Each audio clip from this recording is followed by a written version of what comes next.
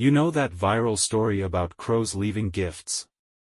Sometimes it's not about what they give, but what they take away. Recently I saw a viral post about crows leaving gifts for people, and it reminded me of something that happened when I was a kid. No one believed me then, but after seeing that viral story, maybe someone will now. When I was young, my friend Madison taught me all about crows. She used to leave peanuts and table scraps on her windowsill for them each morning, and when we met up to walk to the bus stop, the birds would sometimes follow her, cawing. She had names for all of them, but her favorite was the one she called Agatha, a small hunched bird like a scrap of shadow with tattered tail feathers. Every morning Agatha and the others would caw outside Madison's window until she set out food, and sometimes when she got back from school she'd find they'd left her things in return: soda can tabs, pebbles, bits of foil, acorns. It's treasure to them, she told me. They love shiny things. See how this blue button sparkles? Or the time they left a metal bottle cap, I laughed and said it was garbage and was going to toss it out, but Madison told me, never ignore the gifts of crows. She took the bottle cap and all the other things and wrapped wire around each object to make a sort of charm bracelet, which she wore everywhere. Other kids teased her, but I always thought it was sweet, how she had such a bond with the birds. Then one day she disappeared. People looked everywhere. She'd walked down the lane to the bus stop alone and never arrived at school. I was sick that week with the flu. Police canvassed the neighborhood. I still remember how the police came by and asked my parents questions, asked about the neighbors. And my parents briefly called me out so they could talk with me about the route Madison and I took to the bus stop. That was when I learned she was missing.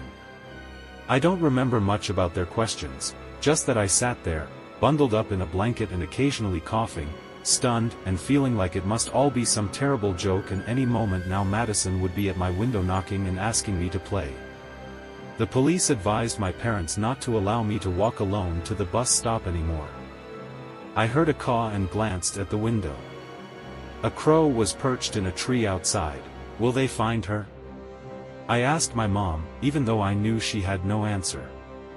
No one did. The days passed and there was no trace of Madison, and on Monday my mom drove me to school. It seemed I would no longer be taking the bus.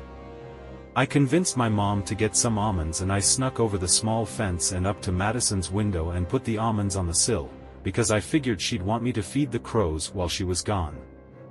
I still kept hoping for her, though with each day that hope died a little more. I felt so incredibly sad. For the crows. For Madison. About a week after her disappearance I found a penny and an acorn there on the sill, and I tucked them into my pocket. Caw. A ragged black bird perched on the fence, watching me. Its beak opened, and it cawed again. I'm sorry she isn't here to feed you. Caw. I'll try to feed you when I can. The bird's head cocked, one shiny black eye regarding me, and then it suddenly flew away. The next morning there were no new gifts, but the crow with ragged tail feathers was there. The bird got incredibly close, seeming to try to look me right in the eye. I heard Madison's voice in my head, all those crow facts she used to spout, they're so much smarter than people realize. They can remember human faces, and they gossip if there's a bad human and they all warn each other. And suddenly, a shiver ran down my spine, an idea needling its way into my brain, and I asked the crow, do you know what happened to Madison?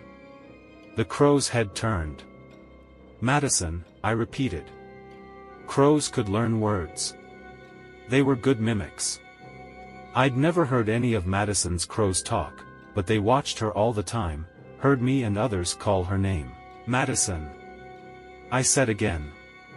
The bird suddenly flew away from me, only to perch in the branches of a tree and caw. My heart pounded. The crow was leading me someplace. It was a cold, damp November day. The clouds hung low and heavy in the sky. Mom would worry if I was gone too long, but I didn't care. I hurried over the wet leaves and into the woods. Nothing mattered except finding Madison, whether she was alive or.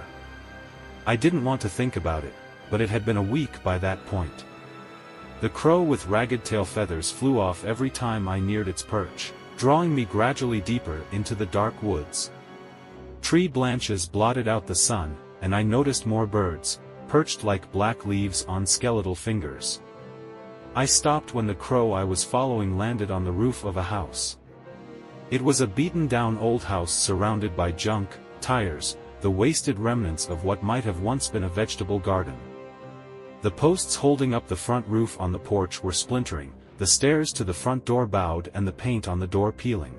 A pickup truck sat in the gravel driveway that wove through the trees toward the paved street somewhere beyond. I knew this house. Or I should say, I knew of it. It belonged to a man named Crandall, but Madison and I called him the Staring Man, because apparently Madison had caught him staring at her once or twice when she had walked past his property. It was because of her remarks about this that my parents, and hers, made us walk to the bus stop together. But we didn't really know much about him, other than that he was a recluse and looked like he was in his 30s. As far as anyone knew, he was law-abiding and had no criminal record. I didn't like him. But police must have already questioned him and found nothing, because I saw smoke drifting from his chimney. Caw. The bird eyed me. Its compatriots, perched in the trees around us, also looked down at me. I felt certain they had led me here, but there was nothing I could do on my own, so I rushed back home and burst through the front door and announced to my parents that I knew who'd taken Madison. They contacted the police, but when I told the cops about the crows leading me to Crandall's house, they burst out laughing at me. "Kid, they probably just wanted you to feed them," said the cop who seemed to be in charge. He assured me Crandall's property had been thoroughly searched. My parents apologized for wasting their time, and after I retreated to my room, I heard them all speaking in hushed voices about how kids work through this stuff in their own ways. There was only one thing left to do. I had to go and find Madison myself. The next day was a Saturday, and my parents usually slept in on weekends, meaning I'd have at least a few hours before they'd come searching for me. I got up early and slipped my shoes and coat on and went out. The faint red and pink of dawn spread through the sky as the sun rose behind the trees. As usual, I brought some food for the crows. I'd even tried to make a necklace of their gifts to me, though I wasn't as artistic as Madison. I saw several crows in her yard, waiting for me. I told them good morning and scattered peanuts for them and said Madison's name several times, loudly, and then I crossed the yard and went into the woods, taking the route the crows had shown me before. Crandall's house was a good hike away, and it took some time before I at last arrived in the right area. As soon as I saw the dilapidated beige siding, I slowed, suddenly very aware how loud my crunching steps were through the fallen leaves. A few crows watched me. I didn't even know if these were Madison's crows or different ones. The woods were full of them this time of year. I didn't see the ragged tail feathers of the only one that I could recognize, the one Madison called Agatha. But even if they were different crows, it still made me feel better to have them around, and I touched the necklace for good luck. Carefully, keeping one eye on the door to the house in case the staring man should step outside, I began to search. Caw. I looked up. Disheveled tail feathers. As hunched as ever, Agatha watched me from a branch, cawed, and took off. My heart raced. I followed the bird. We ventured deeper into the woods around the house, and finally it perched on an old fallen log. The soil nearby had been disturbed, I could see even with the leaves all over, and the crow was pecking at something. A faint spark of light. A soda tab, I realized. A soda tab with a bit of wire looped through it. The blood pounded in my ears so hard it was like a roar, a rushing waterfall cascading through my veins. I could hear nothing but that sledgehammer of my heartbeat, ringing through my ears like a gong as I reached forward a shaking hand and pulled from the leaves Madison's charm bracelet. Then I squatted and began to dig through the soil with the crow perched just above me on the dead tree, watching me, sudden cawing behind me. All around me. A series of short, sharp caws. Cack. The crow on the log Agatha opened her beak to cack at me and fluttered away. Hey! Ice slammed into my veins at the sound of the deep voice. I jumped, whirling around, and a rough hand grabbed me. The staring man. His eyes were hard, glittering. Bluer than the sky. They might have been pretty eyes, if they hadn't been so cold in his stubbled red face. "The fuck are you doing on my property?" he demanded, hoisting me by the front of my shirt. "Help!" I screamed. His gloved hand clapped over my mouth. I fought and squirmed, but it was no good. He dragged me back the way I'd come, toward the sagging front porch of his house. Cack. Cack. "Shut the fuck up," he yelled. At first I thought he was yelling at me. Then I realized he was yelling at the crows. We were nearly at his front door when a very loud caw sounded nearby, and the man swore as a flutter swept overhead. His grip on me loosened, then released as he stumbled back to swat at something that flew right into his face. I scrambled and ran. Behind me, the man lunged for me, but the crows were darting in and out, dive-bombing him, and he tripped. I bolted all the way home. I got lost on the way, and for a little while was wandering the woods. Finally I made it to my house and burst in screaming at Mom and Dad to call the police.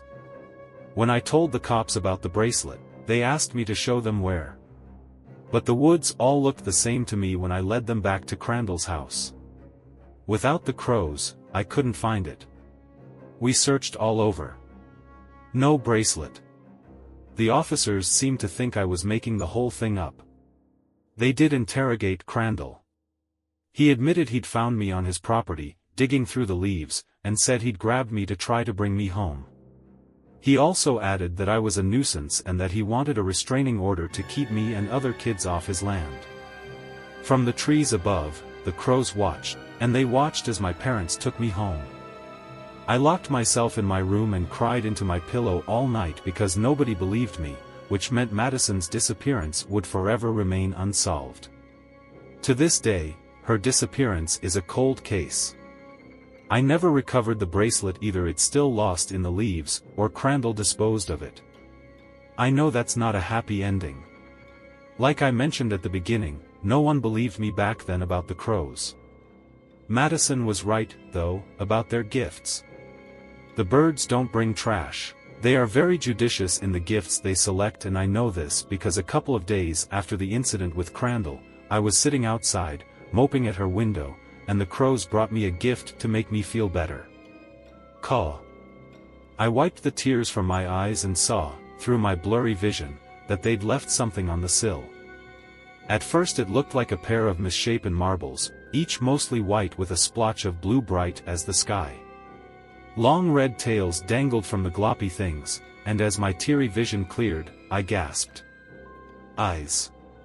Human eyes. I flushed them down the toilet so the birds would not be blamed. Since then, I keep every one of their gifts, each precious charm worn around my neck like a blessing.